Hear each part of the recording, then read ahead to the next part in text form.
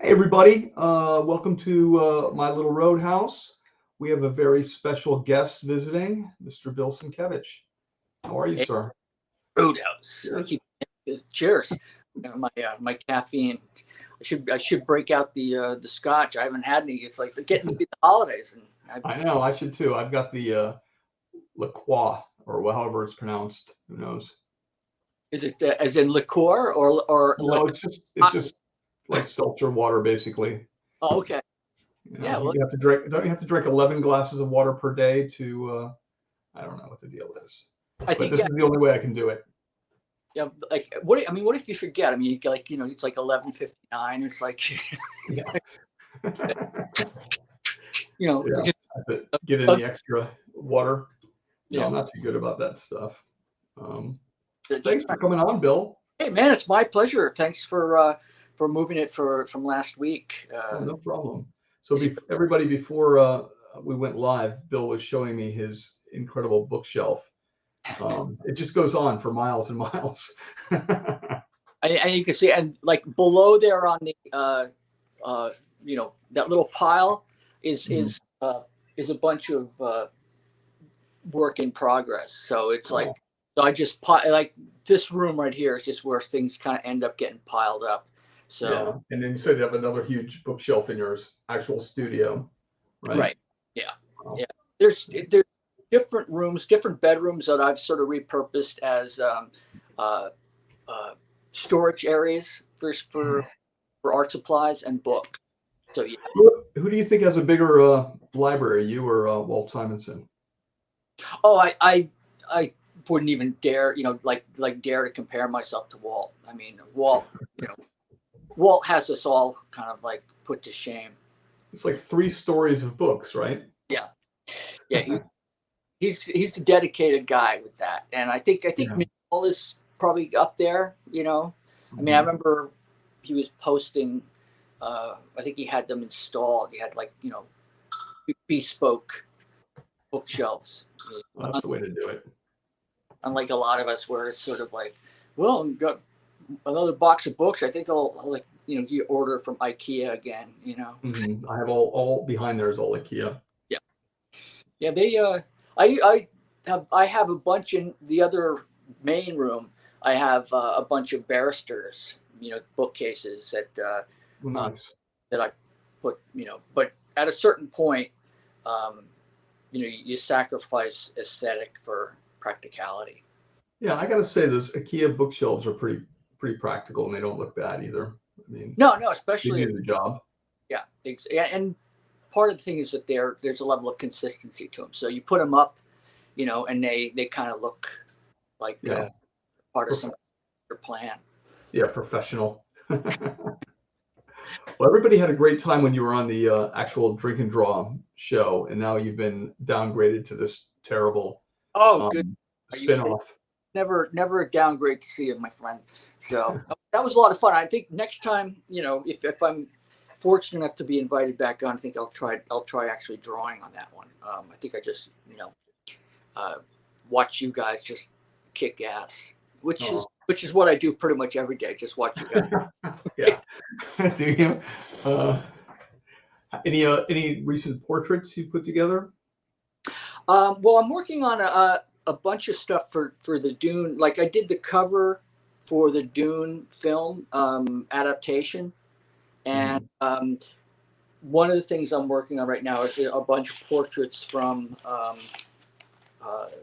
they're I guess that are going to be for the actual book that's put together are the Sure. portraits of like different ones. Hang on one second, I want to show you my butt. Oh, cool. Let's see here. Uh, these are sort of in progress right now. So I have my Dr. Yue in progress. This is just sort of like the general kind of lay-in. Uh-huh. So which way? There we go. Oh no, I think it fits. People can see it pretty good. I can see it good now. Wow, I see his Like ear quite nicely. you know, Mhm. it's, uh, and then Lady Jessica in progress. So Oh, very nice. sort of like the early values of just blocking them in, and then I'm going to hit some of the darker values and just sort of kick it. kicking. Mhm. But I've got about 9 of them done. I think I'm doing 11 all told. I mean, I've done some of the portraits for them when I did the cover. Mhm. But and then I think I just posted a Rudolph the Red-Nosed Reindeer piece today, which is sort of a way to kind of get away from some of the memorial portraits, the dark, I remember you did a really. I love it when you do like I saw the whole series of that. It was Rudolph the Red-Nosed Reindeer from the claymation, or it wasn't claymation. It was kind of puppet animation, right? Yeah. The classic special. I love seeing those. I mean, it's very nostalgic. It reminds me of that. I really like that New Mutants cover you did a long time ago that had kind of a Sleeping Beauty.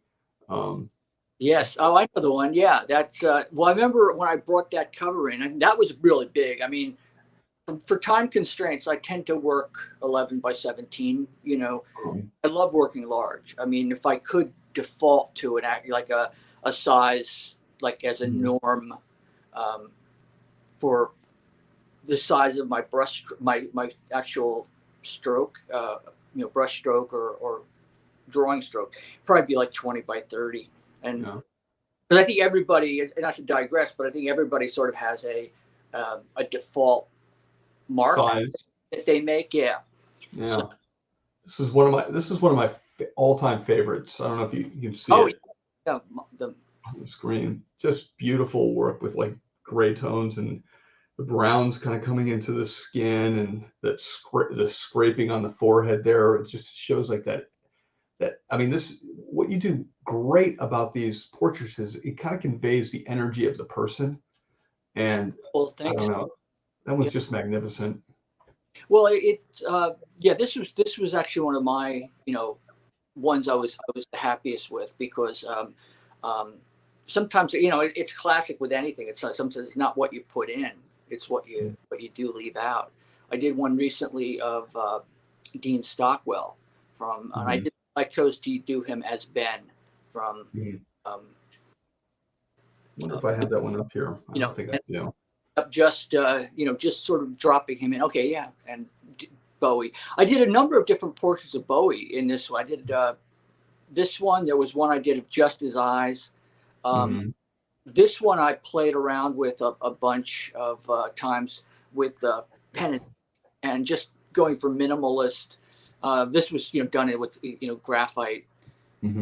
Such a cool effect.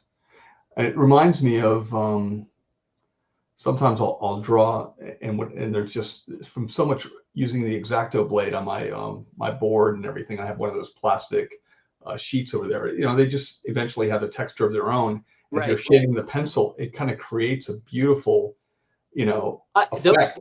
Those are found little gems. I would go to like any place is good to look for certain things like that. Like I would go to Michael's store, and they have a paper section. Some of them have like this flocking on it, and you can find interesting patterns. And if you're drawing on thin enough paper, and you take the side of the charcoal or side of the pencil or whatever, or other times I'll find gesso and I'll put it on a board, and I'll scumble it, and you kind of make your own rice paper kind of effect. Yeah, I love that. Every time it happens, I'm like, nope, I'm leaving that. I'm so glad that I decided to shade on this like messed up instead of I have a few of those other boards I'll put on top that they're like a slant board, which is good for thinking. Well, do you work at an actual board, or do you actually use like a slant board on your lap? This is my drawing board, and then I have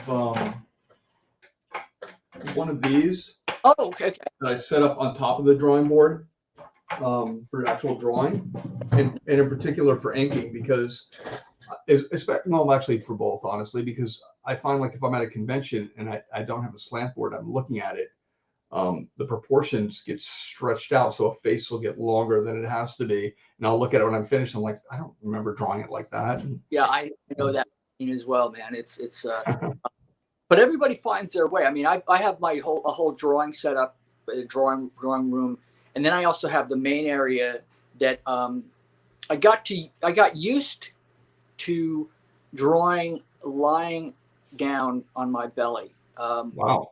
I had 2 cats, and I remember I would be at my easel in the place I lived in Connecticut, and I would be airbrushing, you know, at an actual easel, and I had a little Balinese female, and she would like sit at the bottom of the stairs, and I actually had to kind of, you know, build a little door so she couldn't get in because I didn't want to like make a little cat respirator, you know.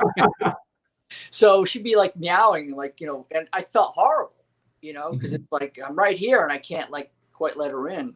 So I decided I would try to figure out a way to do some inking or do something lying down. Like because at that point I had a king size bed and a TV and so I got used to like working, you know, just on my belly, and she would kind of crawl under, you know, my arms and just fall asleep like right here, and I Cute. my back, you know, and Nice.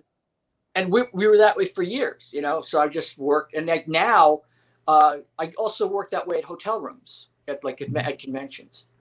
I know a lot of artists will have like a lap board, and I've always kind of envied that because it's so transportable, and I'm kind of Yeah. stuck with this system. Well, it's And I don't know about stuck. I mean, I look at that as like you're an adult, you know. I'm working at conventions, and I'm like I've got my my lamp, my portable, like, you know, rechargeable lamp, and all my supplies are like a debris field, you know. One thing is that nothing will fall off and yeah. off the table. You know, if I tip it over, you know, it's got far, you know, less distance to travel. Plus, Um, I'm sure whatever crazy accident happened on the page, you'd go, brilliant, I'm using it. yeah, well, that's a, you know, that's always the, you know, the wish, you know. Well, but Which yeah, that was, that's a beautiful one. I basically I just pulled up all the art that we had when we used did the drink and draw thing, and thank God the system allows you to do it all at once. yeah, Um, yeah. Some of these, it's interesting to see them, you know, because, um, you know, some people have accused me of sort of having them done you know, like because I do them uh, a lot of them, but the challenge for me, you know, is one, uh, you know, to sort of remember the person who passed, because for me, one of the reasons I doing these, uh, just this sense of outrage that, you know, somebody that, you know, or longing or feeling melancholy or just plain sad that yeah. somebody such an impact, you know, important person was, you know, passed away, and I was like this meager offering, you know, that's what it would feel Mhm. like. It's like it's all I can do, it's all I can offer. I can't like do anything other than this is how I communicate with the world. So it was like this is I needed to, in some respects, do it for me, and I found people Yeah. actually. Well, everybody looks for. I mean, they don't Well, look forward to anyone passing, but they certainly look forward to, the tribute that you'll do if it's someone that was special to you. well, It's that's it's what weird. Death I, is a weird thing, and especially during this time frame. I don't know if you've lost anyone uh, during this pandemic, but yeah, yeah, you know, yeah, it's me too. And it's crazy. We all know nobody gets out alive, and yet when something like that happens, it just feels like, oh my God, this is terror. This is why, blah blah blah. well, and yeah, and some of them are, you know, the people who pass. I mean, um, for each of us, there's some people that are, you know, sort of, I don't want to say more important or leave a bigger mark. I mean, you know, obviously when Prince passed, and then Bowie, and then Mhm. there was a kind of a trifecta there of just sort of like, There was a month there where everything was like, oh my God, how many more people can, like, icons like that can pass away? well, for me, one of the biggest ones was, you know, was Glenn Campbell, because I Mm. was growing up in the country. It's like, you know, my father was a big country western, you know, slash polka guy, you know, and Mhm. uh, you know, and with Glenn, I mean, he had really heavy duty, you know, Alzheimer's. I mean, so, and I watched the documentary, and I thought he was a guitar player. I mean, one of the most amazing, the guitarists and singers in the world. I mean, Did not he just still, did he still, correct. when he was starting to lose his mind to Alzheimer's, was he still able to play the guitar? Well, that was the interesting thing, and I, you talk about, the awareness that nobody gets out, intact or alive, but I've always been fascinated by sort of how we process and the human mind and stuff. But he might not remember what he was talking about, but you put a guitar in his hands. It was almost like it was a pre-verbal ability and connection. It was like it never went away. It was just, it was like that was his core experience, with the world around him was his guitar. Other people I assume have other skills or things like that. But Do you play any instruments, Bill? Do you musically? I play guitar poorly. I play enough to get bored. Oh. But I really should have kept up with it a little bit more than I have. There was a point where I would play every day, and what's funny is I've got a baby grand piano sitting Yeah, you were telling me. and Yeah. it's right now. I mean, occasionally if it had been not daylight saving time, or is it daylight saving time? I It probably doesn't look like we're saving much daylight. yeah. Well, I mean, I actually did a couple of interviews where I put the camera on the piano and looked out over the hills, so it was actually, you could watch the sun kind of go down, but the sun was already down here, and It's amazing. void, because my neighbors across the way, it's like they have one of those big houses with multiple floors, and it's entirely glass. So you could see it's like looking at a dollhouse. Yeah, exactly. But each of their floors, the entire perimeter of the house is lit up. So it can be entirely purple. It can be red. So I never know what color scheme I'm going to get. That was a bonus when you got the house. What's that? So that was a bonus when you got the house. Well, yeah, it's a little bit of a bonus, but it feels kind of like Intrusive. It feels sometimes there's a sense that I feel like I'm a little bit like Jimmy Stewart, like Got a little voyeur action going. Yeah, well, because I see a bunch of guys. There's like one big room that they have, and I assume that they're I'm making the assumption that it's a guy who owns the place, because every weekend there's a huge plasma TV, and I can tell they're watching sports. I mean, they're way the hell over the other side of the Dell, but it's like it's either boxing or basketball or some sports thing, and there's a big a conference table, and I can see. Now I'm not, like there's no way I can really see. You don't have the binoculars out. That's my Christmas gift. No, but I just wonder. It's like I don't have any curtains up or anything like that. They certainly don't. They don't care, And the house next to that one, they have a lot of parties in the summer, and so you can hear the screaming, yelling of people splashing in the swimming pool. And the house next to that is one that they used to do porn shoots at. But I think the one that should have the open windows, ideally. Yeah, well, it's like it sounds like, wow, that's very LA. It is very LA. Speaking of, like, Glenn Campbell actually used to live, about 2 blocks from the house up here. A big gated mansion. Is one of the best house like in the neighborhood. It's really beautiful. Wow. Well, how long are you in near Mulholland? Yeah, very close. Okay. Yeah. Well, I think we're kind of neighbors. You're on the other hill. You're on the other side, and I'm closer to Santa Monica, like going in that direction. Yeah. So. Yeah, I think the next hill. I think Ham said he's like one canyon over. Yeah. And it's like again, that's a very LA way to have a conversation. It's like, you talk about where you live in relation to canyons.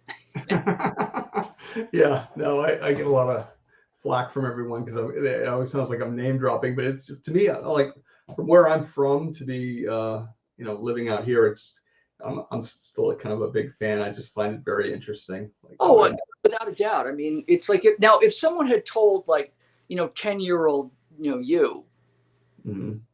where you'd be Oh and no, I mean when I grew up, I used to watch Chips, with John and Ponch, and my idea of Los Angeles was it's New York City, but with palm trees and a beach. And then yes. when I got out here, it's nothing like that at all, and I was a little disappointed, I have to say. Now, where are you from originally? I grew up in Cleveland, Ohio, and then my family moved to Florida, basically right around where they shoot the space shuttle off. Okay. So it's kind of like, I guess the biggest city in that area is Cocoa Beach. So I was a little south of Cocoa Beach, but when the space shuttle would go off, we'd get out of our classroom and you could watch it. Like when you see an airplane go up, you could almost read the logo on the airplane. We're so close that that's obviously the space shuttle. That is fantastic. I was a big astronomy nut as a kid. Mm-hmm. I think the only thing we'd really see getting out of class and looking up was probably migration of geese. Well, that's something. Yeah. It's flight. But So. there's exactly, or biplanes, Yeah. But you grew up in where again? I forget. Well, I grew. It's odd. People ask this, and I always feel like I give the answer, but I always feel like I need to give a kind of a caveat or explanation because I grew up in two different locations at the same time. If that makes sense, I grew up. I was born near Scranton, Pennsylvania. And my grandparents, I never knew my mom's parents, but my father's parents, that was a big anthracite coal area. So my grandfather was a coal miner. And so they lived in a little town called Dixon City, which was a suburb of Scranton, before the whole Dunder Mifflin, takeover and corruption scandal that overtook that city. And then we moved to New Jersey. Farm country, way up north in Sussex County. Everybody sort of jokes about Jersey, but it's called the Garden State for a reason. It's very green. Every time I visit, I'm like, well, it's just a lot of forests, a lot of trees, and again, where I grew up, there were no street lamps. I mean, there were farms all around. I mean, I was baling hay. Neighbors had horses and cows and. My father actually raised a couple of pigs, but he raised them as food. But so I never, after he did them in. I drew a pig today. Did you? Yeah. Awesome. I see it. I got to see it. I don't know. You know what? I actually think I digitally inked the thing. I have the pencil somewhere around here, but I put it in the computer and I wanted to have like an old school ink effect. And I realized I'd have to bring out a nib and dip it.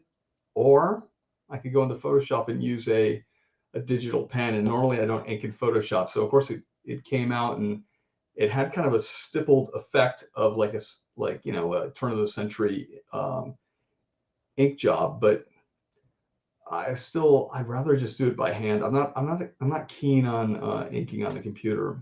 So I'm gonna have to redo it. Do you have a Cintiq? I have a Cintiq and I'll do touch-ups. Like if I make a mistake, instead of going on the original and whiting it out, I'll line it up and that eye is off. I'll redo something, but it's rare. I mean, because your style is just it's always such a refreshing thing to see. In because stuff can kind of look generic, especially if you've been around as long as, well, certainly I have, or I mean, we have. It's sort of like, statesmen of some caliber. It's like we've been around for a while, but I never know quite what I'm going to see when I see your work. It's like it's always a real. Well, that's the exciting thing with your work. I mean, you go from very graphic to painted in almost animation style in spots. I mean, the Wonder Woman has kind of this looks like an amazing cartoon in a way, and then illustrative, and it's just that's what I think all of your fans really dig, the variety, but it's still unmistakably you. Like that's just, to me, that's stunning. I mean, to take the chance to do that with her left eye there is just, I guess it's her right eye. But when I see stuff like that, I'm like, you know immediately it's Marilyn Monroe because of the curl and you got everything down perfectly, but it's everything you've left out. And Well, just look in the eyes is incredible. those pieces that I was really, really, happy. I kind of got out of the way. Mhm. And I remember when this series came out, there was going to be a show of all of the originals of the trading cards, the Kennedy assassination trading cards in Pittsburgh. Oh, And I realized that a lot of people wanted to buy that card, I bet. but but all the others, they would have actually quote like ruined the set. So I remember I went to the people who were putting on the exhibit and said, I'm not going to have any pieces of that for sale unless they buy the entire set, because it would have been like cherry picking. It's like, people go through comic pages, and go like, okay, I want all the ones where, you can see Batman's face, Yeah. and fight scenes. And then you're left with conversation pages or, whatever. Yeah. Very rarely will you get the fan who The will, Dave Mandel. well, yeah, who can do that, or very rarely will you get the fan who is like, I gotta have like that architectural drawing of Wayne Manor. It's like I have so many pieces like that, Bill. Like I have a very unique, strange art collection, and I'm buying a Marshall Rogers piece because I want to see his architectural rendering on the page, not necessarily the character. And I bought looking like a true. I love that. That is Yeah. so.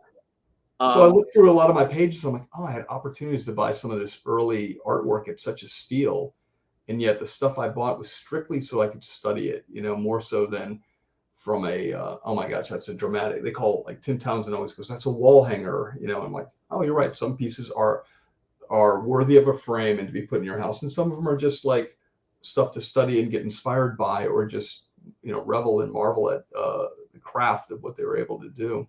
Well, most of the pieces that I own, and my tastes are like the textbook definition of eclectic. I'll get pieces that are mainly for that reason, where I kind of want to get and study. You can glean certain things technique wise from a digital or a screen image, but when you're up close on an original, and you can actually like excavate and go, this was on top of that, and the glaze through, and things that get lost. It's like, and you work like that, and I know I've seen a lot of Jorge Zafino originals where you just see it's caked on paint and whiteout, and then more caked on paint. And and I brought this up the last time that you were on the Drink and Draw show. Is I was watching you do a demo, and you were painting a car, and at like every 10 minutes, I'm like, oh, it's done. He finished it, and then you'd hit some others. You'd almost use some kind of magic thinner or something like that, and it would, all the work would disappear, and I would, like, my heart would break. But then you'd go in and do something else. You saw something and bring out some value over here, or it was amazing to watch. Illustration Academy. I'd gotten into working with when I first started, I started working with Dr. Martin's dyes, like because I knew that people in comics used them, and I think Neil used them on the Tarzan stuff, much to everybody's sort of collector chagrin now. But certain kinds of inks you hit them with bleach. You hit them with water, they'll run and they'll bleed out, and you can blot them up, and it kind of adds a little bit of looseness to it. And then you hit it with bleach, and it kind of just makes it kind of go away. And it can take darker, bluish black ink and turn it almost to a brown ochre, kind of color. And then and I think once you hit it with bleach, it's like it's faded. It's probably going to fade as much as it's going to fade. And so I could start putting like watercolor or colored pencil on top, add a layer of clear gesso to give it some tooth, and then it just becomes like a process of building up and building up and building up. So I work on animation bond most of the time because it's a real slick surface. I use this. This is what I've been drawing on. That stuff is great. Yeah. Yeah. Now I got a bad batch for a couple pages, and all the canary stuff I'm doing on there because my pen glides so smoothly on there. It mentally for me, I'm like, it's making me faster, and maybe it is. I don't know. Well, people don't seem to think that there's a physicality to it. It's like the worst thing I think we have done in terms of helping younger artists is to give them, quote, budget artist tools, because all you're doing is you're frustrating and kind of like destroying potential talent, like in the crib, so to speak. I mean, I remember getting like the John Nagy set for one Christmas. I mean, for people old enough to know, I mean, he was like one of those, art teacher kind of in a box, and all kinds of watercolors. But a lot of the stuff was okay quality. But like when I was starting to work with acrylics, a lot of that stuff was 99% polymer, based like gel, where you put the paint out and it would just separate. It's like you didn't have getting frustrated and painting to try to get some kind of coverage, and it just, if it hadn't been such an insane obsession with me, I probably would have given up. Just based. I bought some gouache, which I still haven't used, but I'm trying to get up the courage. But what do you use primarily when your go-to for painting? Is it still watercolors? I wish I could nail it down. Even now it's like I jump from one thing to another. Colored pencil, I might start laying in things with colored pencil on. I like working on plate watercolor paper, but I'll start with watercolor. Other times I'll start in with thin down acrylics. But I have these little weird, digressions where I kind of go, okay, I want to be able to lift the paint, so I'll work with water-based oils, because I used to work in oils almost exclusively. And now I kind of challenge myself. I want to be able to do exactly what I do in oils, but without the turpentine, And so it's like these little hurdles mentally I'll throw myself in that are absolutely useless, because somewhere along the way, I will come to this sort of realization every single time where I'll go like, it doesn't matter about the technique. It's what, how you pull it all together and what it took to get to that finish. And it's funny. That's what Neil used to kind of mention to me. It's like, it doesn't matter what tools you use, how you get it. He was all about how will this print, and that's all he cared about. So, he just, when I met him, he was just using markers to ink. There was no, I thought, because I was so young, you had to use a nib, you had to use a Winsor Newton Series 7 brush, and otherwise maybe Marvel would go, unacceptable, we can't take this. Yeah, of course. But Neil was the opposite. Yeah, but there's also that thing as a young, fan, like I certainly I was like, I wanted to emulate. If Neil had worn a beret, I probably would have worn a beret. So, it was like I wanted to know that stuff. And okay, what nib? It's like, what magic tool were you using? I have some old John Burns special. He would talk about his whatever he used. Maybe I don't. Oh, I did. I thought I did. But I still use them to sketch. They're basically a version of this, and it was like an early brush pen, but I have them here somewhere. I love them. I've got more than enough art supplies to last this lifetime and another. Yeah, this is all mirror. It's all art supplies behind me. It's like a little art store. Yeah. Yeah. And then I'll still go to the art store and buy the exact same thing because I can't find all the art equipment that I have. Okay, how many circle templates do you have? Stacks. And I never need another one. It's just, for whatever reason, I'll go to the art store and I'm like, oh, doesn't that look pretty? I need that. Yeah. Oh, yeah. like one of the reasons I work the way I work is that I like to have things. I jump from one tool to another, and I'll be working on something, and I'll go, I need X tool right now. And if I don't know exactly where it is, it's like I spend part of my time while I'm working jumping on Amazon, on Trying like to find and, it. and then by the time it arrives, it can arrive unless it arrives within like 15 minutes, which Yeah, you've then, moved on. then by the time it arrives, it's like I've moved on to Mhm. something else. Here I have up here 3 Oh, triangles. I don't need. I well, don't know why. I think uh, this one is probably was my father's. This one I bought, and I had all the little. I don't know if you can see, but it has all those little taped areas mhm, where the pennies were underneath there, so it was raised for inking. right. And then this one probably was my father's also, but I have them all here. I only need one of them, honestly, but they're But all there. it always, it's part of the deal. I would buy my rulers, I straight edges in bulk. Mhm. Anything I can buy in mass. Uh, and when you mentioned that the graph paper that you use, the paper that I use is um, it's the top end of a It's an animation bond, but it's kind of like an oakish color. It's not pure white, I but see. I was also doing most of my inking with the uh, I think the 6 millimeter uh, Pilot parallel pen. Oh, Um, those are nice. Yeah, and and it's like because it has that blade, it's like ice skating on the paper, you know. yeah. And Makes because me I use this that Kuretake P2 dash 10 right, for is the that most. sort of fine point one that's like They have 2 of them, and I prefer the one that isn't quite the fine point because you can if you push this down harder, it's like a chisel point, and you can kind of really right, get a but it's a really bold line. firm point because some of the ones, the spongier ones, are really they give a little too much.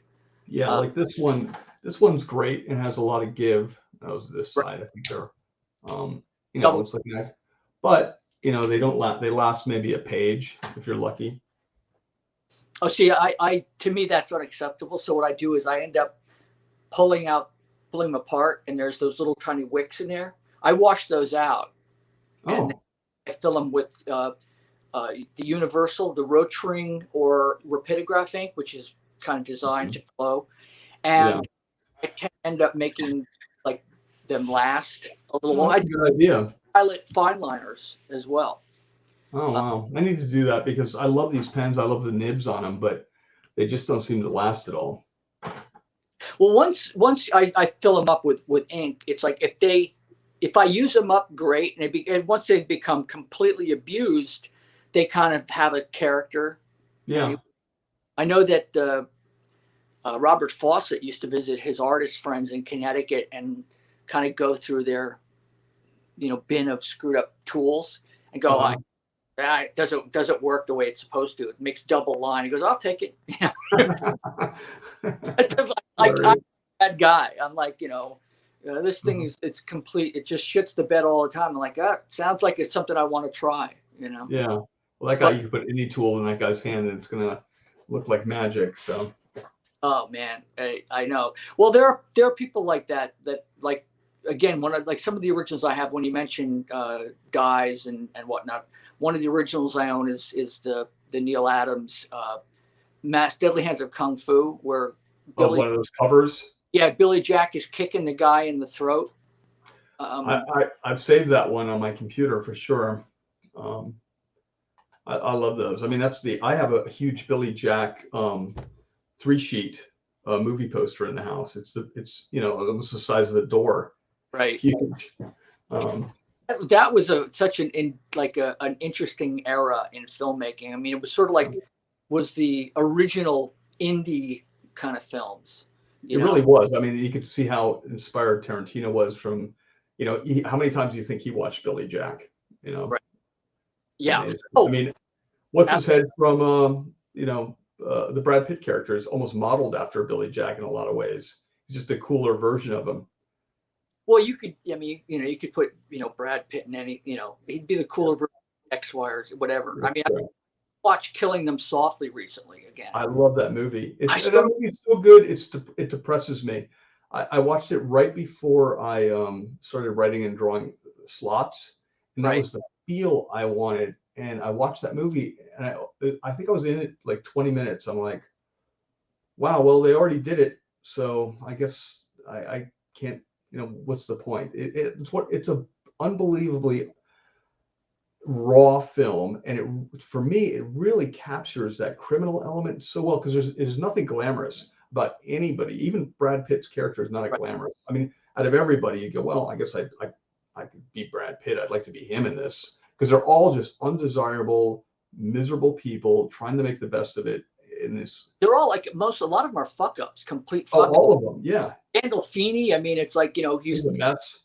you Yeah, know, yeah. it was, but also what I loved about the film is that everything was corporatized. It was like, I mean, that bit where Jenkins talks about, having Gandolfini fly coach, it's like they're Yeah. flying to a hit. It's like, They're bargaining on how much this stuff's going to cost. They're itemizing.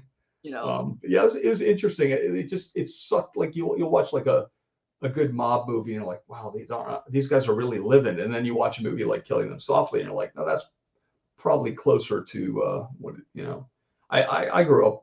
You growing up in various places. I mean, that side of of life is.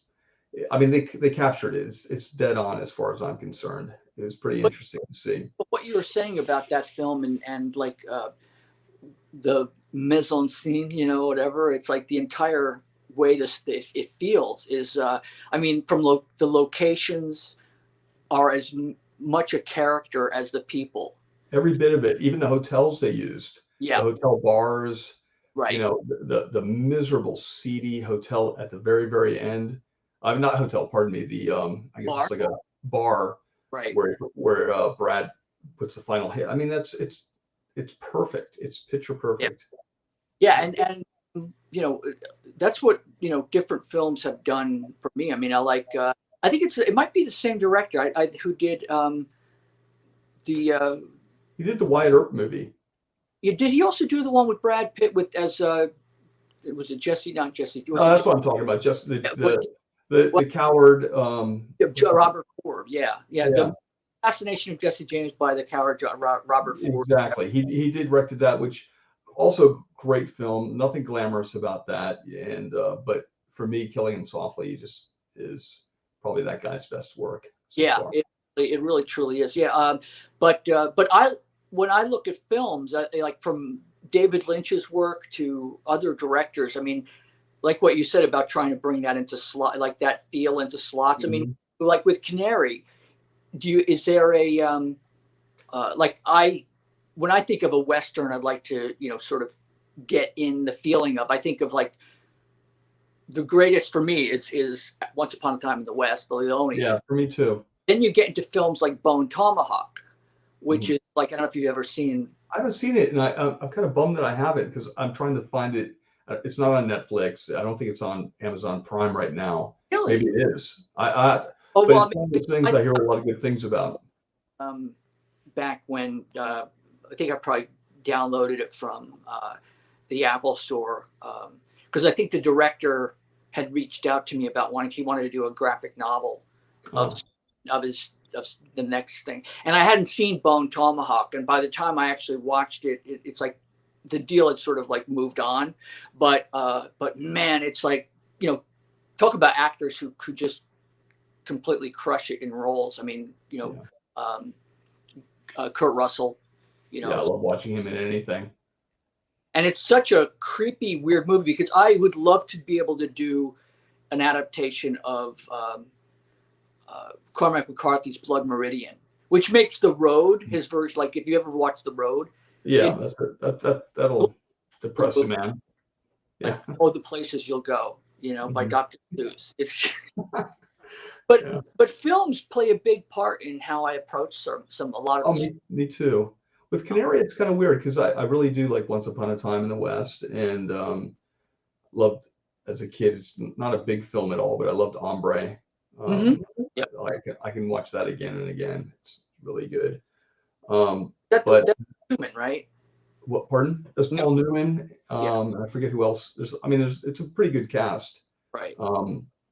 But for me, like this one, it's more about the color than it is about the drawing. And I just wanted to try something different. And for me, in my head, I was remember that Wild Wild West intro with the panels. It had kind of a very graphic sort of feel to it. And I started working on the book, and then I was like, you know what? I could just look this up on YouTube. I'm sure someone has uploaded the beginning of that. And of course, it's nothing like how I remembered it whatsoever. The color is very flat. It's very graphic, but that's kind of the feel I wanted.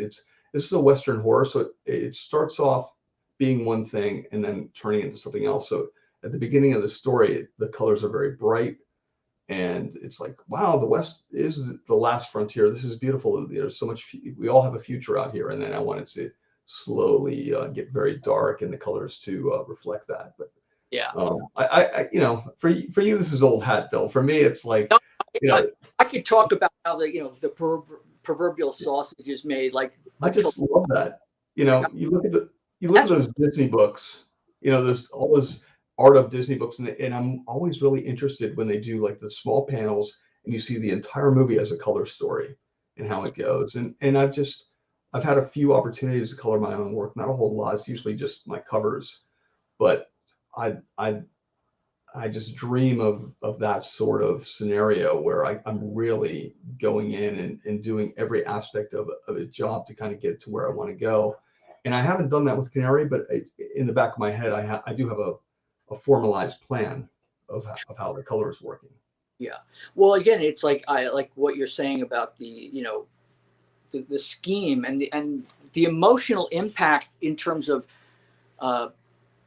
less or like a minimal color palette, so that when you have, like, I remember when I would go to the theaters, to watch a film, I remember seeing like James Bond films, but there was that experience of sitting in the dark and like there's a nighttime scene, and then like it would switch to like Bond would end up going to the some tropical island, and the entire theater would get bathed in this like light. It was like, and it was just like this light and dark. You could just sit and look off in the distance to the left or to the right, and you could see like the brightness, kind of just shifting.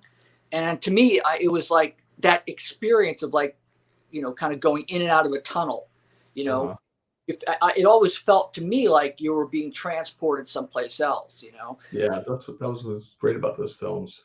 Yeah, and I love that they can kind of try to capture that. Pixar does a good job of that. You can tell how Pixar really takes their time. Yeah.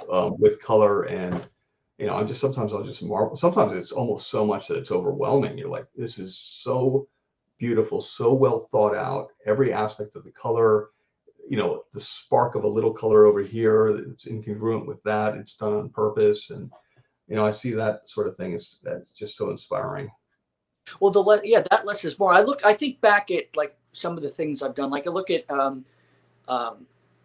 like Brought to Light for me felt like there's nothing I'd really change about that, because a lot of the color choices feel absolutely out of their mind. It feels like it's, but like Electra Assassin, a lot of that was me trying out stuff like color and different media. But I would have liked to have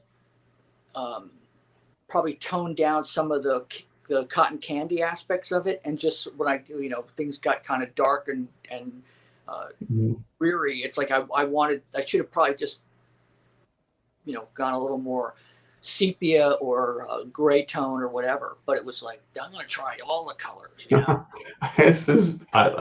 Everyone loved it, but I hear what you're saying though. I'm trying to, while you were talking, I was of course trying to scroll and see if I had any of that, which I don't think I do. Maybe. Yeah. Well, that was again some for me, the idea of writing and drawing, like this one here with the pink elephants. It was like the interiors being sort of in a gray. Well, look at that. I mean, that's what makes everything pop. The that was it. Like now, what I probably would do is I probably would go in and do the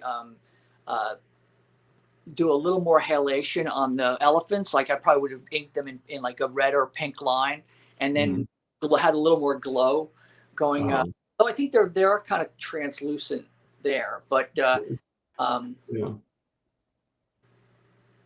that's pretty beautiful. Wow. Talk about the moving the eye through the panels. Well, that's the one thing about this medium, that I love. I mean, is that you can take all of our love for music and film and I mean, what other career can you have where you're actually like the lead actor, the set designer, the production designer, Nothing. Yeah. the I love this. I love the that top of the sword or the boken is never going to see print. But you're like, nope, I'm putting it in. It's going in. Yeah, well, exactly. Yeah, exactly. And I think that original, if I'm not mistaken, is 1-to-1 print size. Oh, really? Yeah, there was that's even more incredible.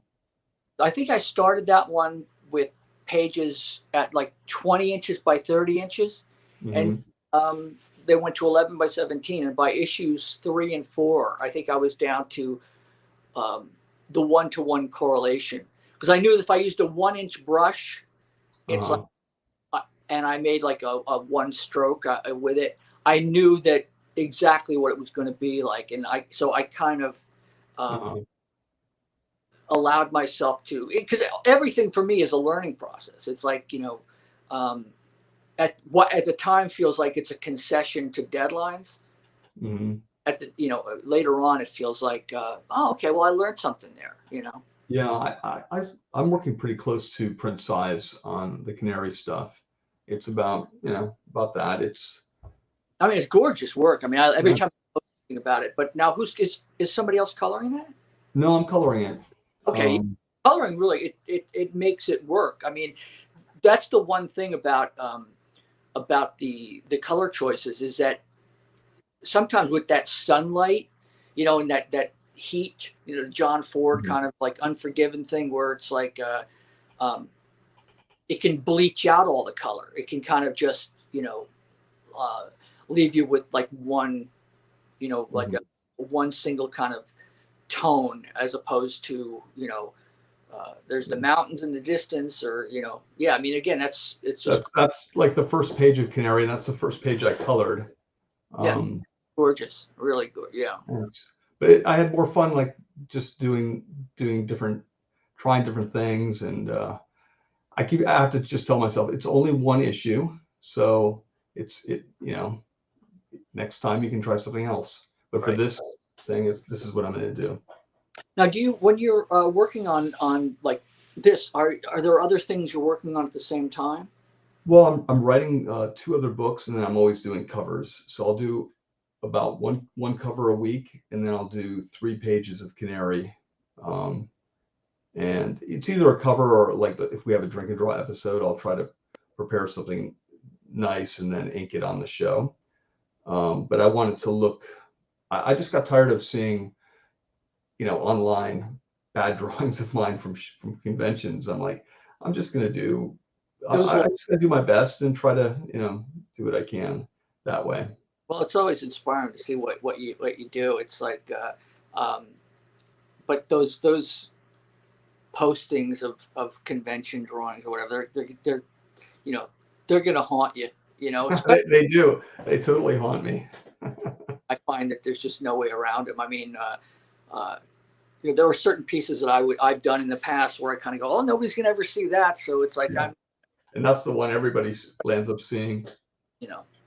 This seemed like a special time at Marvel when they were really taking wild chances, and I think they're taking chances again at all the comic book companies. I think you see a big diversity in from painting to graphic design and different things. But at this time, you didn't see a lot of look at all that with that negative space, but how impactful like a cover like that is. I had a subscription, I believe, to Moon Knight when you were doing it. Yeah, so it was, I just, and it was just a different style than I was even used to.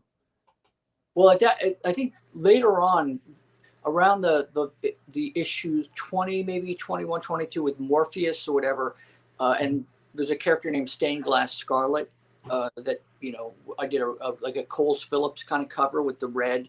It's like with the background, the background sort of like faded into or Mhm. art attire. Yeah, look at that. It's And beautiful. but around that time, I had this was kind of a reaction to some of the fan response I was getting that I learned to draw from Neil Adams, period. Like I didn't have any other interests. Although in art school, I was, totally into not only, comic book artists, but guys like, many of the illustrators at the time that were Well, what's interesting, like, yeah, here's the first issue you did for the and then you go to trying to find stacked up in here, the later issues. I mean, it's just a big, transformation of like, I'm going to start taking some chances. I'm going to do things the way I want to do them. right. Well, I went to, and I said, I think I'd been in a comic shop, and I went, where are, things were not necessarily put in by, alphabetized, or even by company. It's like it was the luck of the draw, and it was like I felt like Charlie Brown in front of that iconic, panel where he's going, what a glorious, gory display or whatever. Like you're just standing there, and it's just this wall of color, So I just said, I want to try some black and white covers because it's like that old adage, like if you're at a party and you want to get someone attention, you start whispering and they lean in. I thought, well, I can't compete with all the color. Let me do something that's the opposite. Let me try to go black and white. And Genny was up for it, but he said not every issue. Every other issue will be black. So It's definitely impactful.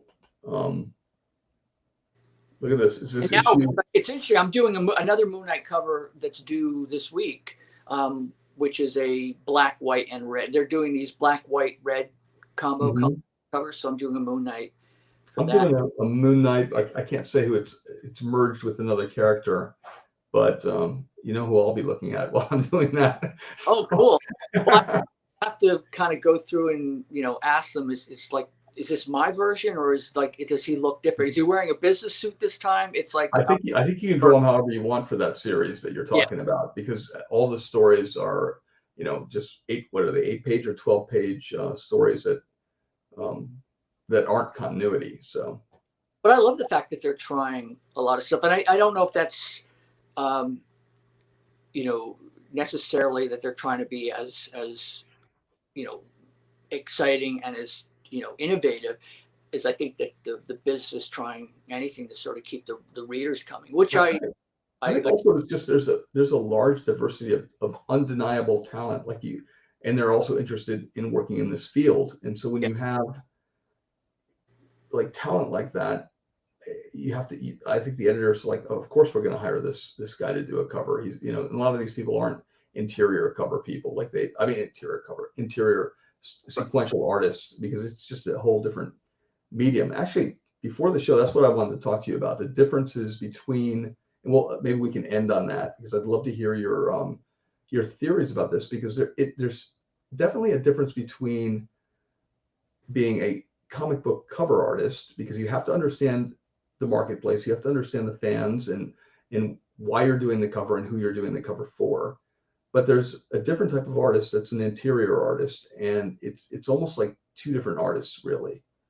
Because storytelling, there's masters of storytelling. There's guys that understand how to keep your eye moving and keep things interesting. And some people are, they're just not motivated in the same way. They're not going to take wild chances. But you're one of the rare people that do both. Like, you'll do very innovative, eye-catching covers that immediately attract your eye. And obviously, even in the early stages of your career, you were thinking about that. How is this going to feel on the newsstand? But once you open that comic book and you're sucked in there for the 25 minutes or however long it takes to read the book, you want that to be compelling too. And you have a whole catalog of amazing interiors.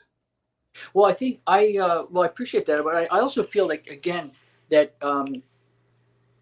uh, I keep feeling like I'm asking or bringing up the whole thing about uh, different bromides because for me, I felt like comics picked me, you know, Mhm. so it's like as far as a career. So I love what comics can do in terms of the storytelling. And you look at so many amazing talents from every walk of the comics world. I mean, guys like Lionel Feininger to Never you even know heard of him. what you don't what's that again? I said I've never heard of him. Well, he did the Kinder Kids. Um, yeah, Wow. if you look up, he was actually one of the first comic strip guys did fine art. Oh. But it's like George Harriman, you know, Crazy Cat, uh, Hmm. um, so many different guys who would, you know, do interesting things with the storytelling technique in the panels. Um, I'm blanking on the artist name who did Master Race. Bernie Krigstein. Oh yeah. You know, it's like you see that, and then you see like what Kirby did, and then you know Gil Kane, Toth, Hmm. And Emma. all, He had a way of like immersing you and grabbing you by the throat. Um, like the difference between, say, Kurt Swan's Superman, which is the stuff I read, Flash. I mean, mhm.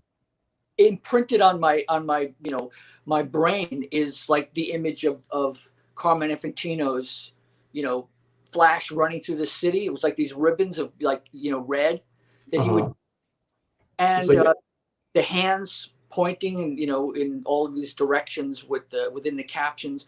Superman by Kurt Swan had a very sort of pragmatic sort of storytelling approach where Kirby it would just grab you and pull you in, and so many uh, it's interesting. I remember talking to Buscema one time, and he said that he didn't really care for how Neil did Conan. He felt that Neil's Conan was very interiorized. It was like everything was kind of like in, whereas he Mhm. felt like his Conan was like he was the extrovert. Everything had to kind of blow outward.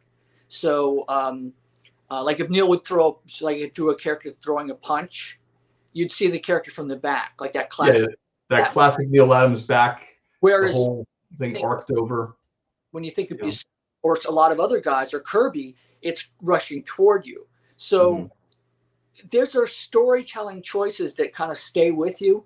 And for me, even guys, who were not well known as like, superhero guys or whatever, I think Sal Buscema was. I mean, obviously as a superhero guy, I was going to say Sergio Aragones. Sergio Aragones' storytelling is amazing, because he's setting up the gags. So I, to me, I love the idea that you can take an aesthetic and treat the story as kind of uh, just something that you want to presume the intelligence and the commitment on the part of the reader. Um, Hmm. and if the career is going to choose you, you might as well just sort of like embrace it. Well, And you definitely embrace it. I mean, it's uh, you're constantly trying different things. I think that's what people, you know, you're always going to be surprised looking at your work. Um, well, have you ever done this? I mean, I find that what I'm doing now is I'm working on a number of like sort of outside oh uh, yeah, I should ask you what you're working on right well, now. Sorry. Stan Lee, something that he did, one of his novels, The Alliances, so I'm doing a chapter for that. Are you Uh, working with Luke on that? um, yeah, and Rybrand, I'm blanking on the guys' names. Damn it. I'm blank. Yeah, I'm just being completely like an Oh, idiot. well. But yeah, and what I'm finding is that when I'm doing it, it's like I will draw ideas that come up, and I'm drawing all the panels separately. So I'm kind of Mhm. doing like I'm shooting overage or coverage. I'm Uh-huh. or drawings that may never end up being in the series at all because they feel like it's something I need to explore I within. tried doing some storytelling that way where I just drew all the panels separately on separate pieces of paper, and I was like, now I'm going to collage them on the page. It's almost like God, who's that poet, that beatnik poet who did the cut up poetry? Oh, I'm Um, thinking. he's kind of a drinker, actually. Well, Um, not Burroughs. I mean, it was Burroughs. It it was a was. Burroughs. He would cut up a bunch of words and then just kind of put it together, and that would be, his thing. That was his or a phase. He's like Madonna. He did that for maybe a year or something like that while he was in Paris. But yeah, I mean, it's for me. It had kind of mixed results, but it was a lot of fun. I really enjoyed it. Because Yeah. I felt a certain freedom. You have a full page and you have 6, maybe 12 or 5 panels, and I hate making it where one is the primary best panel and you hope the other one's kind of, if you can do them all separately, then you can really enjoy each panel for what it is. Well, that's the freedom I enjoy because like you, I like drawing by hand, and I'll scan in pieces and move them around. I mean, that's the compositing aspect is something I love that you can do digitally, but Yeah. the way something feels when it's done by actual hand, Yeah. and not just because you can actually get your hands dirty or have somebody you actually want to buy in, or like Mhm. the aftermarket when somebody wants to buy an original piece of art when it doesn't exist, when it only exists digitally. That's Yeah. another thing. But the idea of being able to play around with importance of panels and whatnot, because what you just said, I found that if I there was a period, I think, when I was doing Electra, I was visiting and staying with Frank in LA. That was just back when I lived on the East Coast. I would just start on a panel. I would go, I'm going to do panel 5. And then I'd just sort of figure out where panel 5 was. And then I'd sort of work backwards or up from there. Sometimes I would lay out the entire page ahead of time. Did you ever find that like doing that one panel kind of informed what the rest of the page would look like? It Or would have to. It was like, because again, it was pre-digital. So it was sort of, there were times I felt like I had thrown myself under the bus. Like, how am I going to get myself out of this? Yeah. And there were other ones where I felt like, okay, I wanted to know what the anchor panel was going to be, or the bigger panel, and then everything else would be subordinated to that one. So it's like, okay, well, this is a grabber here, and so if I want to do 4 panels that are just nothing but silhouettes, it's like It still works. storytelling. It's like, okay, I can show less over here because I've given this one like a level of gravitas and importance for somebody to look at. I know Alex Toth, when he was working with Kurtzman, I think Kurtzman wanted him on that grid. And Alex, I think he wanted to try all of his experimentation. And then he grudgingly did the 6-panel grid. And at the end, I think Kurtzman said that you can tell the storytelling however you want. And it was just like, no, the grid's the bomb. It's the way to go. Yeah, all that Zorro stuff is all perfect grids, right? For the most part. Absolutely, but it's amazing what you can do within the frame. I mean, one of the things I would love to do is actually do an entire story or series where it's all, and I'm sure it's been done, where all the panels are filmed. Keith Giffen always does that. Like when he was laying out everybody's book there in the 90s for like, there must have been about 3 years, and everybody was getting their books laid out by Keith.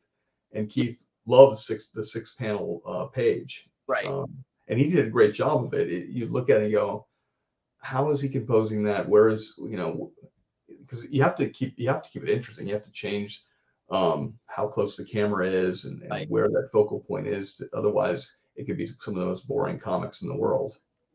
Well, it's what you do. I mean, but it's same thing with like going to a cinema, or a theater or whatever, where everything is 16:9 ratio. And I want to do a story that has those same, which basically means that you got about 4 panels to a page if you keep all like a.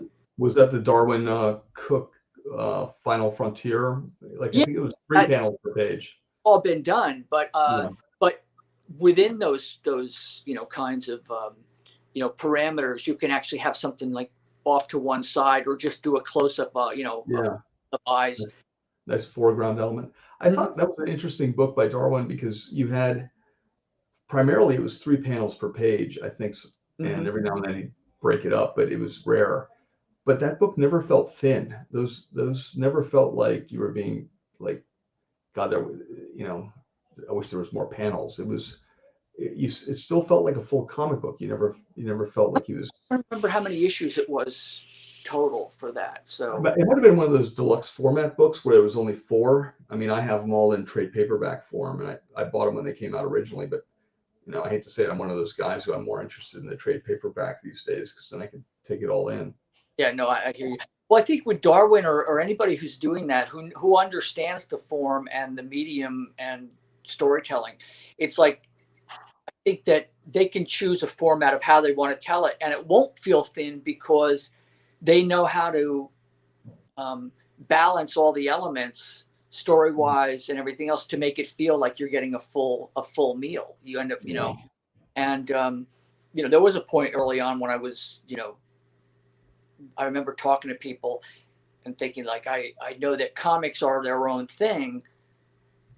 And so I felt like if I'm going to do offer hamburger, if it's not steak, then if it's hamburgers or whatever, I want to do really good hamburgers, sort of like, hedging my bets or whatever. But I think if you give the story the respect it warrants, then I think that it does carry through to the reader. I think people, I think that's what stands out quality wise. Like I look at my library keeps getting smaller and smaller back there is because I keep culling it down to what really has impact for me. What do I remember when I was like a teenager as a fan, and why those things were important. Some of it's simply nostalgia, but a lot of it was simply because the amount, like you're saying, the amount of love that was put into it, the amount of care and the attention and quality. They treated comic books with a lot of respect.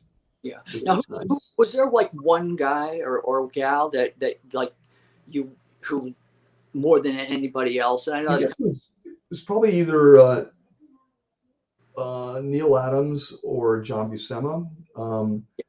At the time, like when I was pretty young, and a little bit of Walt Simonson. And then when I got older, I was just crazy about John Byrne and Frank Miller when I was like in high school. Those were, and I found myself drawing more like John Byrne. And then when I got to Marvel, Jim Lee was a big hit. And I was kind of in love with that structure, that everything was perfectly structured. And I think maybe as a young person, this is all a crazy theory, but as a young person, maybe you're looking for order in the universe or how things work. And if you see something drawn that is drawn uniformly, like, okay, when Jim draws a chest, he's drawn it through, it looks solid. It's almost like an action figure. Yeah. And so I was really drawn to that. That perfection that guy's able to create there was even more perfect in a way than John Byrne. So I thought it was almost like the next evolution of that in a sense.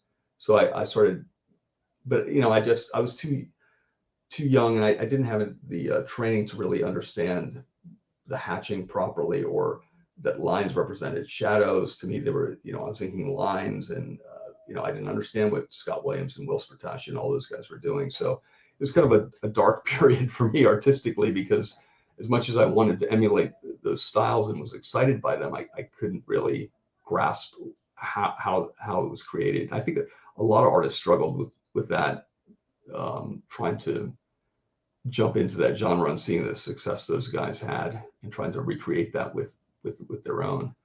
But I got out of comics for a little while, and I had to actually just do drawing from an advertising perspective, and I did a lot of TV and commercial storyboarding.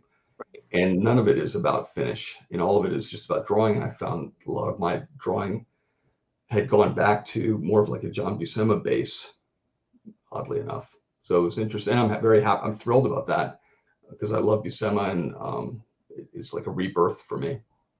Yeah, that's great. I mean, it's sometimes it's like you get out of out of a place you're working, and you never know what's going to rekindle like your love for stuff, and you bring a new perspective to it.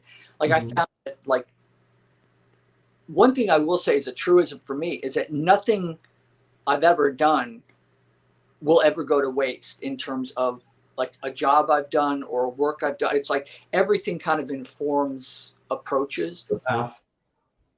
Like I remember when I was doing Moon Knight, and I wanted to do more of my own inking, and you get to these like fixations. Like when I would look at Neil's work, that would be the way he would feather, like the cheekbones or the rendering, Mm-hmm. and then Shooter came to me and asked me if I wanted to do the FF, and knowing that. Well, I mean, sorry, that Joe Sinnott was going to be doing the finishes. It was really Joe's book, not, I was there to provide some storytelling.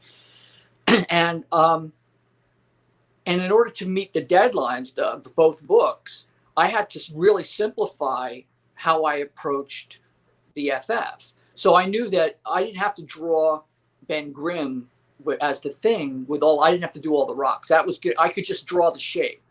Oh, wow. And like the same thing with Johnny Storm, the Human Torch. It's like he would add all of the those vertical strokes, those linear strokes, yeah. Right. So it really kind of freed me up to concentrate totally on just shape, placement, storytelling. I wasn't starting with a needle, and kind of like getting flashes right. I had to think, pull the camera back, and just think big. Wow, what a great opportunity. That's kind of neat. I said, what a great opportunity, because it really allowed you to explore that. But at the time, I was like, how am I going to get through this? It's like, how am I? And I realized that pressure to let go was, if I hadn't been in that position, I would have been deprived myself of a great learning opportunity that has stayed with me ever since. It's like that. So much of what I think prior to that I was into was like wanting to nail it down and be correct right from the get-go. And it was sort of like start big, work it all up at the same time. And then it doesn't matter. It's into with like John Buscema. When I would ink John would do like 6 lines, but they were like the most important 6 lines. You could build like a brilliant skyscraper, or the most ornate palace off of his 6 lines. Well, I mean, the perfect evidence of that is like going through Savage Sword of Conan, where you have a variety of different finishers on him.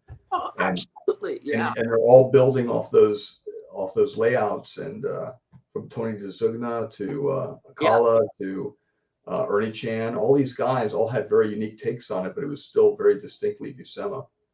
It really was. Just also, you just sparked my memory. I mean, when you talk about earlier in the conversation about guys who were like primo interior guys, we were talking before we started about Klaus Janson. Mm-hmm. It's like I first became aware of Klaus. I mean, he was an inker on Frank stuff and other work, and then his coloring was next level. Kind of blew open the doors for me. But working with him on the End of Days, when I was inking him on that series, he is, bar none, I mean, he is one of the most engaged and thinking artists in terms of storytelling. It's like I thought there were times when I felt like I was giving a lot of attention to how I wanted to tell a story.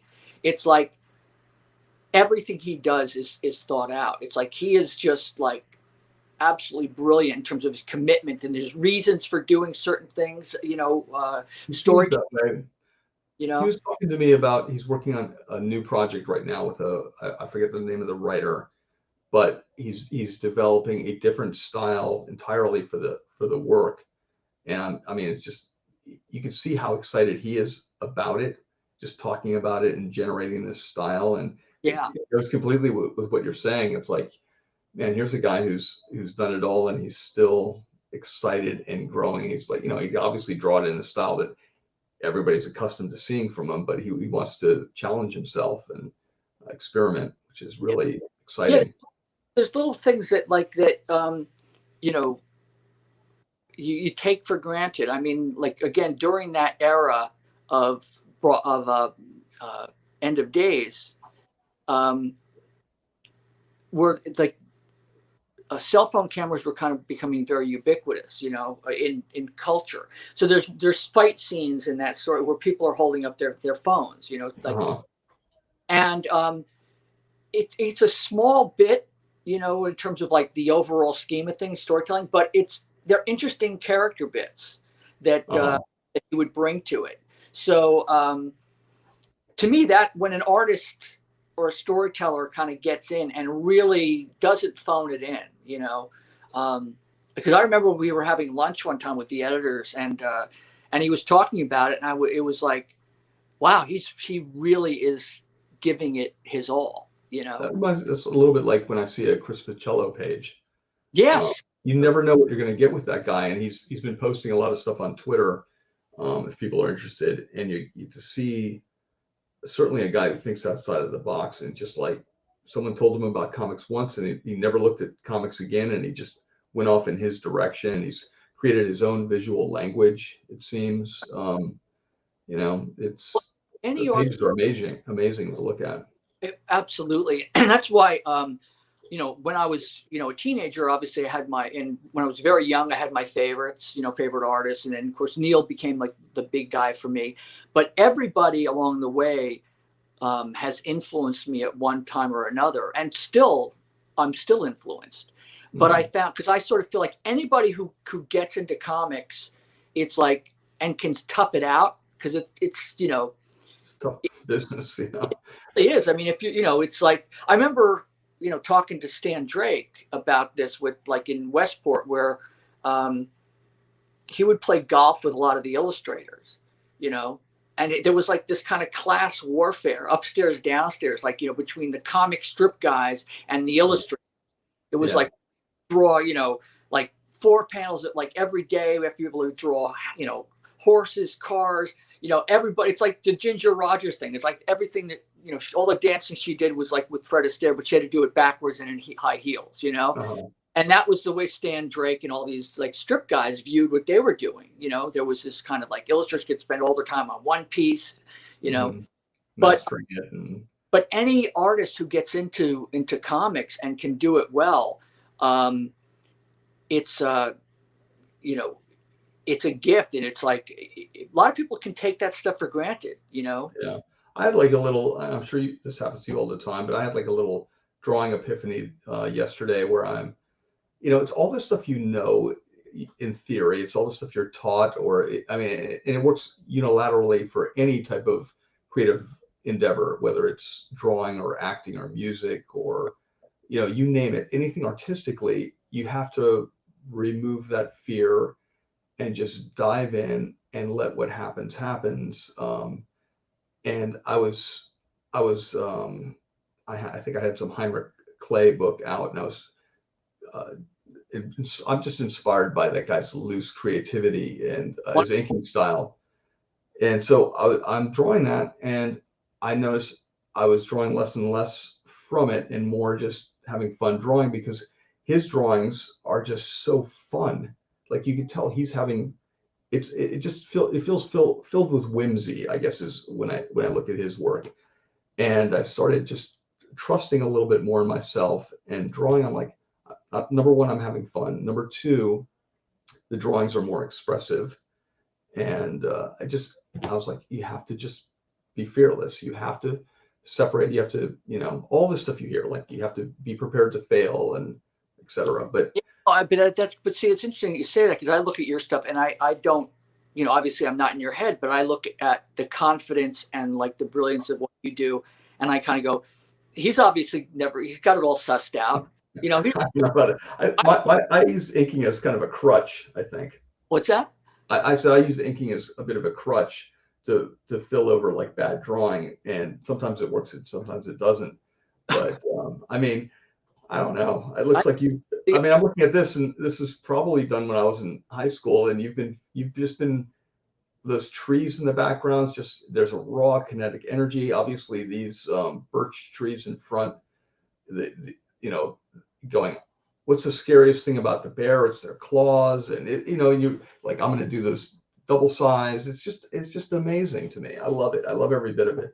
Well, thank you. I mean, but again, talk about an epiphany for that. I actually, which like would ultimately, you know, that series would lead to the character of Warlock, which for me, I had in grammar school, I had studied anatomy. I was using medical textbooks as, you know, anatomy books before drawing textbooks, you know, and I would literally give myself like boot camp. Like I'm going to figure out where the muscles inserted and everything else. And it was hellacious. And I thought at a certain point, I wanted to come up with a character where you couldn't draw incorrectly. Like, you know, we're all just about fun. And so for me, I realized that drawing technically perfect trees or technically perfect bears or whatever, I thought the thing that I really enjoyed more than anything was the abstraction of shapes. Because like if you like when you think about anything compositionally, you know, you can do from it, whether it's a landscape or a bowl of fruit. The thing that I, after all the studying I had done, I realized that what kept drawing me back to a piece was not so much necessarily the subject matter, but the arrangements of values.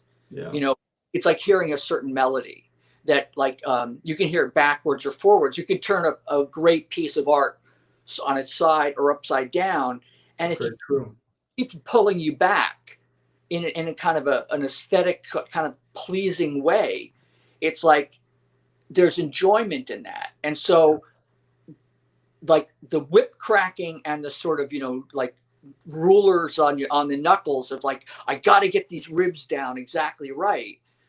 I threw all that out and I went like, okay, I'm just going to put the bear over here and break up these shapes. And like, oh, if it needs a gray up here at the top. So I'm going to do all these like kind of dead trees. And what you just said about play, it's like, if you can kind of just enjoy the process, it's really hard to separate out, you know, the act of doing from the result. And the less I think about the result and just think about, you know, when you look at a kid, like grammar school kid, a kindergarten kid, they're not necessarily thinking about like having it end up on the refrigerator, you know. If mom or dad wants to put it up. It's like they're in the middle of just, you know, doing the. They're always very intent. They're always like in there. Is that you're in that zone. That's the best thing about drawing for me is being in that zone, and I'm sure it's the same way for you. Like if I'm drawing, time doesn't exist. I am doing that thing and enjoying it for as long as I can without food or breaks or anything. I don't need to eat at that moment. I'm being fed this, you know, experience in a sense. But see, that's what's so interesting. You know, it's like as somebody who's done this for a while, it's like when I look at like what you do or what, you know, your colleagues on the drink, you know, the drink and draw, it's like I know what goes into, you know, my own experience of what goes into creating what we do, but I always assume that you know, so many of the artists that I admire, it's like I think that they've got it all locked down, like they've got it all sussed out. It's like all I see is the enjoyment. Maybe because I'm as the viewer, I'm enjoying the fruits of their labor. Sometimes, well, I'm enjoying looking at it. They must have had a grand time doing it. You know? Well, I'm always imagining when you're drawing. Every time you're drawing in my head, it's that art academy or the you know, you going back over with the bleach on that car. Loving it just seemed like you were in heaven doing it. And as much as I was flinching because I was like, no, don't, you know, don't Well, erase that. It was a beautiful experiment. yeah, when I'm doing that, and I work that way all the time. It's like it's like um I feel like I'm always between like putting a line down, screwing it up, fixing it, putting a line down, screwing it up, fixing it. It's like I feel like my work is not so much like, you know, like a string of successes as fuck ups that I need to address, you know. And Oh, yeah, that's hilarious. and so much of it is about that Jasper Johns quote, you know, for me, where he said, you know, you take something, you know, do something, you know, like when he would do the flags or whatever. It's like he would do something to it again, and then do something to it again, and you're kind of always just sort of changing it a little bit, you know, and just like kind of just knocking it off its pins, just enough to kind of make it interesting. And it for me it's almost like that psychological excavation that we're talking about, where you kind of go down into a piece, not just like the art wise, the original wise, like when you mentioned Zaffino. I mean, it's like there was like, or like the amazing, you know, John Paul Leon, you know, it's like there was very similar approach.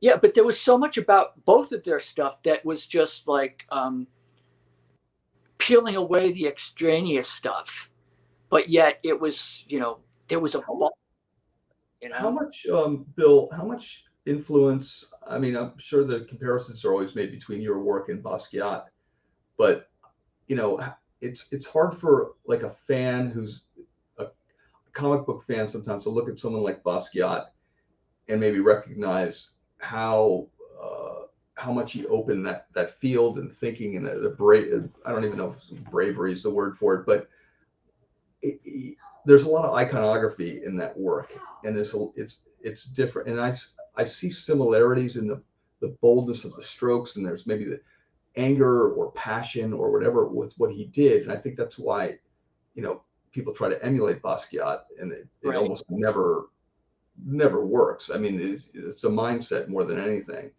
But you seem to be able to, and I'm just curious if you studied that, or it's just that's how you work. It's a similar mindset as maybe he had.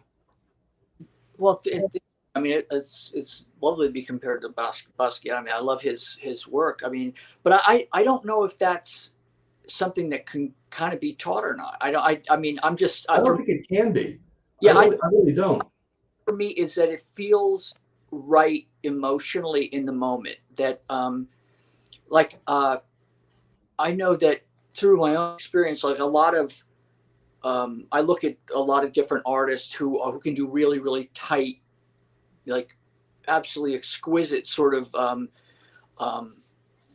strong representational work. And I know that when I've done those kinds of things, there I would find that I feel like I was penned, you know, like locked in and like penned up in sort of like a prison. Like I couldn't breathe.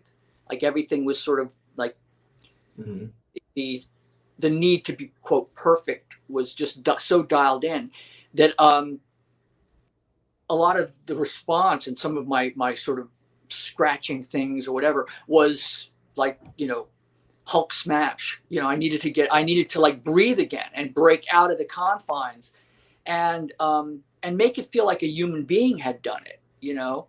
So, and I'm aware of the fact that that's like less of a technical thing than it is an emotional thing. And I don't think I think part of my goal is like with all the studying that I've done and the drawing that I still do and everything is that I want to be technically proficient enough to make something look like what it's supposed to look like or what I want it to look like. And then,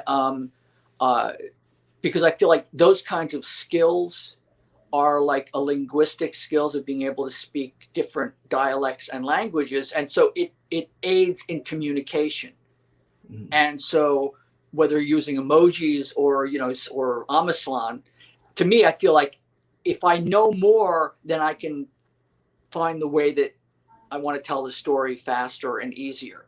But but the thing is to remember that I'm not, a machine at the end. I'm not Hal in 2001.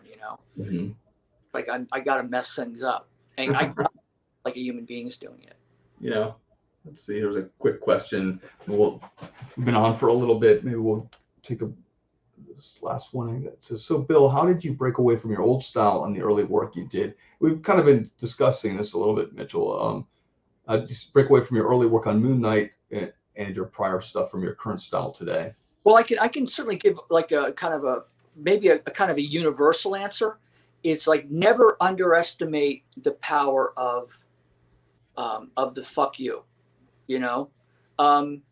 It's like of channeling your anger, because at that point, up until I started to break away from the style, all my sketchbook stuff was full of more experimental fashion drawings and abstract pieces, things that felt more like Rauschenberg than Gil Kane or Neil Adams.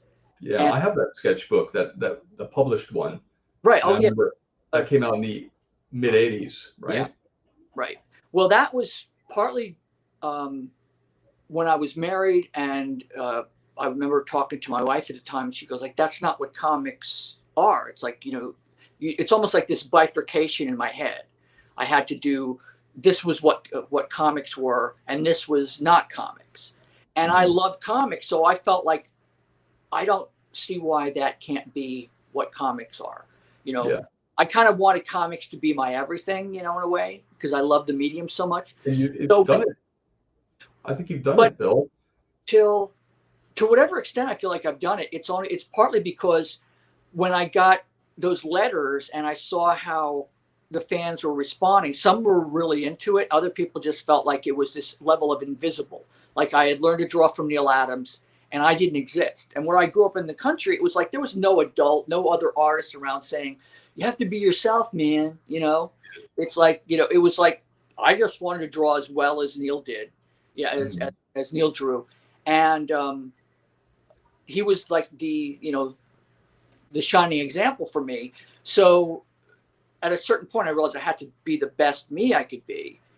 And I was either going to do things my own way in terms of pulling in all these other influences, or I was going to get out. It was like, it really came down to, I'm either going to do this the way I need to do it and break away from Neil. Because Neil became, early on for me, Neil was like the magnet, the moth. I was the moth to the flame there.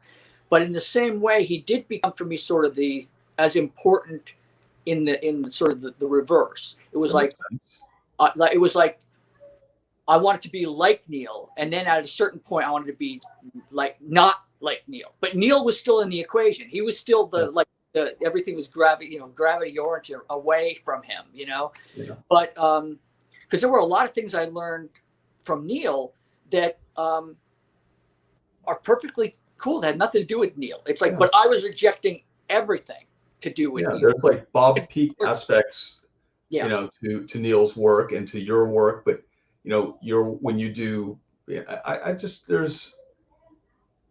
can totally see that, and it's interesting for me, and I guess for a lot of the fans here, is that you made that leap within almost like, by the time you ended Moon Knight, you were a completely different artist at that point, and you launched into, was it from there? Did it go right to New Mutants or not? I think I was at the same time I was doing Dazzler covers, and then I stopped. I was offered the X-Men. I turned that down because I didn't want to do any interiors. I want to do a bunch more painting. And it first came up to me in the hallway and offered me the 3-issue New Mutants Demon Bear story, and I was into Hunter Thompson and Ralph Steadman at the time, and really into animation. And I remember just thinking I wanted to find play in all of it again. So it was sort of a lucky, meetup in the hall storm there. But yeah, it was kind of a real explosive time for me try this stuff, because it was, and I think part of it is that it's like, maybe, I don't know, maybe why George Harrison is like my favorite Beatle. I feel like, he stockpiled all these things for all things must pass. I felt like my sketchbooks were like full of all of these ideas I wanted to try.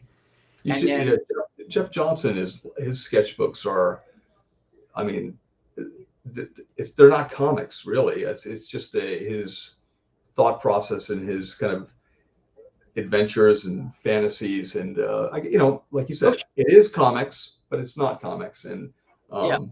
I'd like one day he'll probably publish all those. They're really interesting. I like those even as much as I enjoy his comic book work, maybe even more.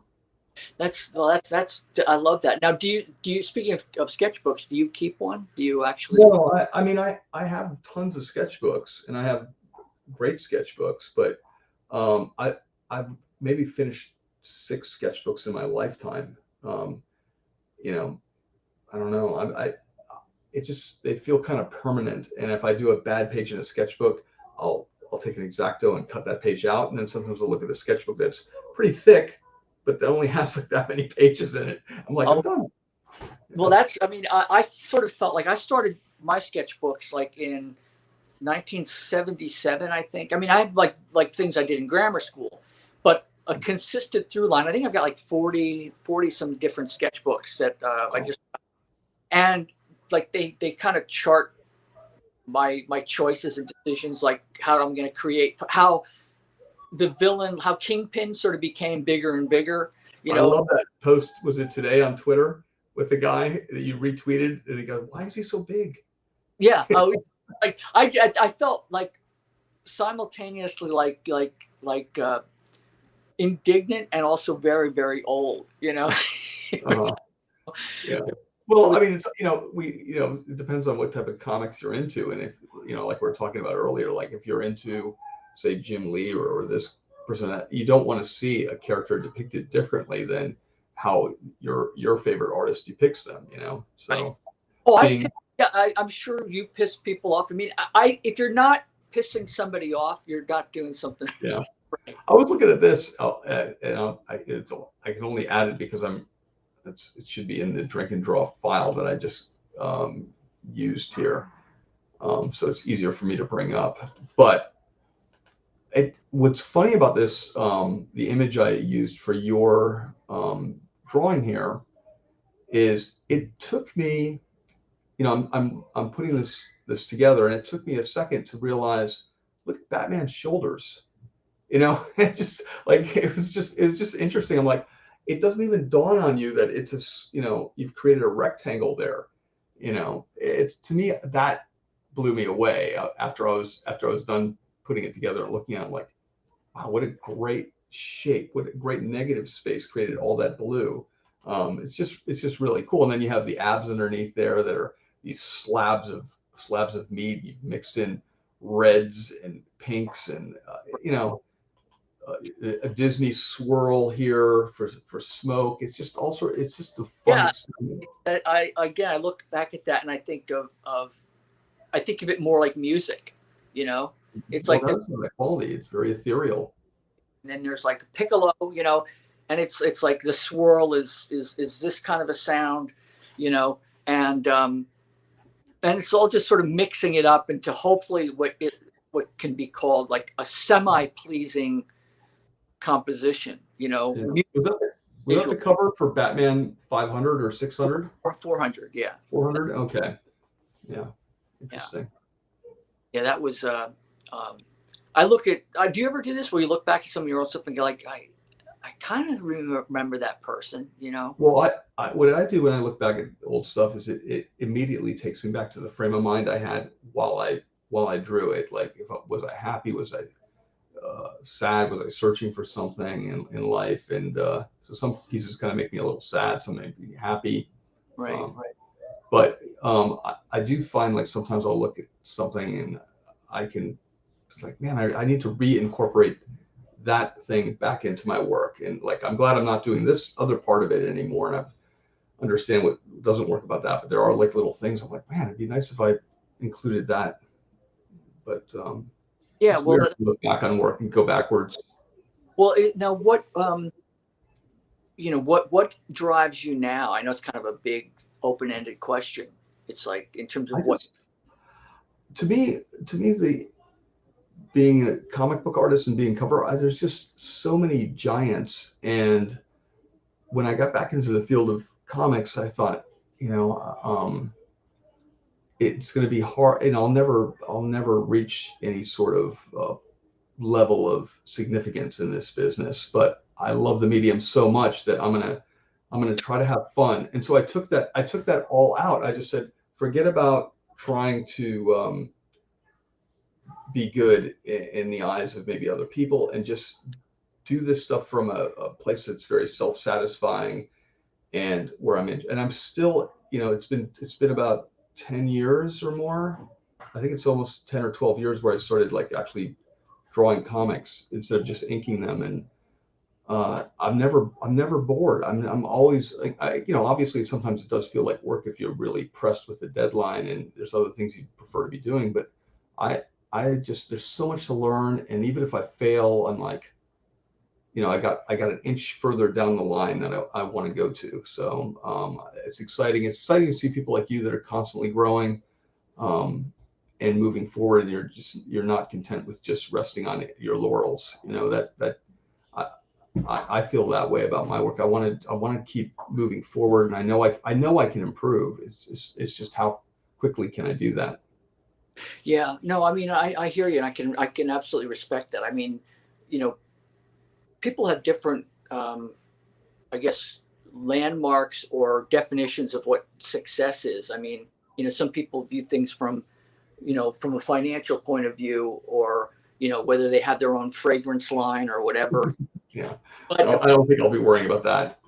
but it's like for me, the joy is, the success aspect is that I get to keep doing what I love to do, and that because you know it never really gets you never get perfect with it, because if once you start to feel like figuring something out, you know you can start to feel like by rote. And then for me, I like to shake things up, so it's like there's always something to learn. And if I get to continue playing in this weird world, I mean, we've mentioned earlier on, I mean, comics it is a weird way to make a living. I mean, It is very strange, and it does feel surreal sometimes, especially you growing up on a farm where like the hard work equates this, and you get that from this, and that's how you put food on your plate. And for me, my dad he's a commercial artist, and is very, I, to me, I respect commercial art, but it's not why I wanted to be an artist. I always refer to that as drawing refrigerators. Like, I didn't start drawing comic books because I wanted to draw stuff that would be in a Sears catalog. Remember when everything was illustrated in those catalogs? yeah, So I was like, I don't want to be that artist, and that artist might enjoy the technical aspects of it, but I got in there because I want other people to have the same experience I had, growing up, subscribing to comics, enjoying them in that fashion. And if I could, I really love conventions for that reason. I love meeting people that actually read the stories and really are into them, and yeah. that's kind of a cool feeling. I'm like, oh, maybe I do belong. It's It kind of really, nice. really is. That's a great way of putting it, because I mean, I've had people come up to me at shows, and you probably have experienced this as well, where somebody will bring up a completely dog-eared, tattered something Those are the best comics to sign. or the state of it, Yeah, I And love signing those comics. well, I whenever they bring those, I'm like, no, you don't understand. It's like that's thank you. It means that you read it and you reread it. It's like that's why, Yeah.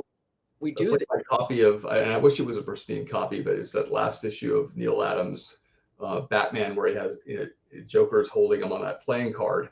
That was Oh, the first. That was the first comic book like I ever was yep. ever bought for me by my father, and I read that thing, and he read it to me as a kid over and over again. The copies in like baby shambles right now, but I love that issue. Well, It was so, I subscribed to Batman, and I remember when it was delivered, what they would do is like they put it in a brown wrapper, but they'd fold it in half, you know. oh, So it was like, and then I would open it up, and it would be like, but creased. that playing card thing with the, you know, the Joker or whatever. It's like, it was like there was this, not a pure crease, but it was enough of a, you know, bend. But I remember just like, again, just diving in, you know. Yeah. I'd so many comics that were like that, where like the covers would get lost and, you know, ripped off or whatever, and you know, it's like, you know, like hang in there, soldier, you know. I'm gonna get more read out of you, you know. Yeah. But well, it's nice to hear. It's nice to hear how excited you are about it, and I really appreciate you coming on, Bill. This is like during this pandemic, you know, there's so few joys during it. It's hard to go out. It doesn't. Everything feels kind of uncomfortable half the time living in California, and it's nice to talk to you about this. So I'd love to do it again sometime. Anytime. I mean, I had a great time, and it's great to see you. It's like, yeah, hopefully, I mean, you know, things will, you know, I don't know what the definition of normal is or what will be. I know it's changing. I mean, like this show that was this past weekend. I mean, a bunch of people went. You know, I didn't know about it, or if I did, it's like it was sort of like in the back of my mind, you know, as a, you know, not as an option at all. But I'm busy with other stuff. But you see people with the masks on, and they're sort of trying to get back into it.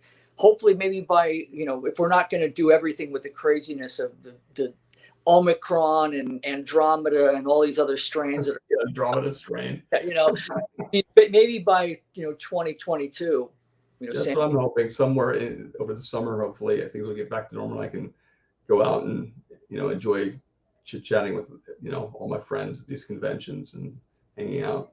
Oh, absolutely. I mean, yeah. And we got to have you over sometime, Bill, for some, you know. I would love that. I would love that. And I want to get my place, you know, like set up so that I can actually have friends over. And, you know, I've got a pool table, and it's like I've been here a year, and I haven't. There's still stuff stacked. It's like I got one too. I bought one. I bought one over the pandemic, and I think I played it 6 times. Oh, I thought, well, this will give me something to really work on. I could take on Paul Jenkins, you know. Oh, there you go. It's Paul. Yeah, he's you know. Oh, well, maybe I'll have to keep sharpening my skills. Yeah, well, it's like that's incentive. It's like in between all the other comic work we're doing, we'll take time to try to get better at pool too. All right, I like that. That's a deal. All right. Well, thanks, Bill. I hope you have a great rest of the evening. Enjoy, and I look forward to seeing you in person. Okay, same here. You have a great one. Cheers.